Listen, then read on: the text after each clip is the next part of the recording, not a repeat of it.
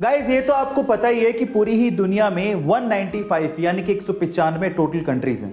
पर अगर मैं आपसे सवाल पूछूं कि इन 195 कंट्रीज में से कौन सी कंट्री यंगेस्ट है तो आप लोग क्या जवाब देंगे? By the way, youngest country से मेरा मतलब यंगेस्ट पॉपुलेशन से बिल्कुल नहीं है, बल्कि ऐसी कंट्री जो भी रिसेंटली ही बनी है, इसका जवाब आपको देना है। चलिए इसका जवाब मैं आपको देता हूं। उस कंट्री का नाम है साउथ सूडान, जिसे कि सन 2011 में, जी हां, सन 2011 में सूडान से फ्रीडम मिली थी। यानी कि सन 2011 में साउथ सूडान कंट्रीज की लिस्ट में शुमार हुआ था। है ना ये इंटरेस्टिंग फैक्ट? गाइस क्या आपको पता है कि सेब पकने के टाइम पे इथाइलिन गैस रिलीज करता है? जी हां ये सच है, बट टेंशन मत लो। एक्चुअली इथाइलिन गैस सेब के लिए नेचुरल प्लांट हार्मोन ही है और ये आपको कोई नुकसान नहीं पहुंचाती है। इनफैक्ट ये natural plant hormone ethylene gas सेब को जल्दी पकने में मदद भी करती है। और एक और इंटरेस्टिंग बात बताता हूं, मान लो कि किसी फ्रूट को आप जल्दी पकाना चाहते हो तो आप उसे सेब के पास रख दो, क्योंकि सेब से इथाइलिन गैस रिलीज होती है तो वो एक्चुअली उस साथ वाले फ्रूट को भी जल्दी पका देगी।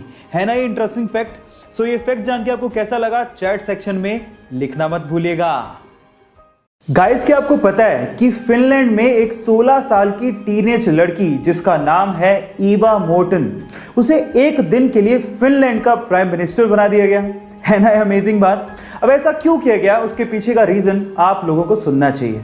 इतनी छोटी सी उम्र में वो लड़की ह्यूमन राइट्स, जी हां, ह्यूमन राइट्स और क्लाइमेट चेंज को लेके बहुत बड़े बड़े अभियान चला चुकी है।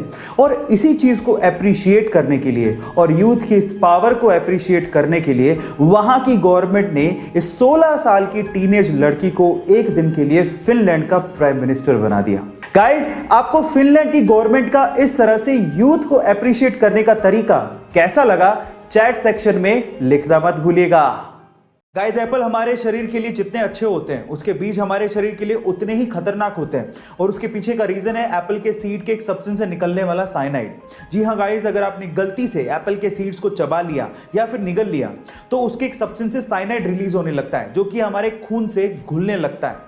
देखिए छोटी मोटी मात्रा से तो कोई फर्क नहीं पड़ेगा, लेकिन अगर एक इंसान 200 से ज्यादा एप्पल सीड्स को खा लेता है या चबा लेता है तो उसकी मौत भी हो सकती है। इसलिए बेटर यह है कि आप जब सेब खाएं तो उसके सीड्स को बाहर थूक दें। यही आप इस इंडिया में जब एग्जाम होता है ना, तो हमारे यहाँ के स्टूडेंट गर्मियों में तो चलो नहा के ही जाते हैं एग्जाम देने, लेकिन वो लोग सर्दियों में, इनफैक्ट कड़ाके की ठंड में भी नहा के जाते हैं एग्जाम के चक्कर में। वो ऐसा इसलिए करते हैं ताकि नहाने के बाद ऊपर वाले का नाम लेंगे तो एग्जाम में अच्छे नंबर आएंगे। लेकिन ये सिर्फ इंडिया में होता है, साउथ कोरिया में इसका जस्ट उल्टा होता है। वहां के स्टूडेंट एग्जाम के दिनों में नहाना बंद कर देते हैं, और रीजन जान के आप लोग हैरान रह जाओगे। उनका यह मानना है कि अगर एग्जाम के दिनों में नहाए तो ऊपर पानी जैसे ही पड़ेगा वो सारा का सारा पढ़ाई किया हुआ पानी के साथ ही बह के निकल जाएगा। Oh my God. गाइस इसके बारे में आपका क्या ख्याल है चैट सेक्शन में जरूर लिखिएगा, और क्या आप भी एग्जाम में नहा के जाते हैं ये भी चैट सेक्शन में बताइएगा। ऐसे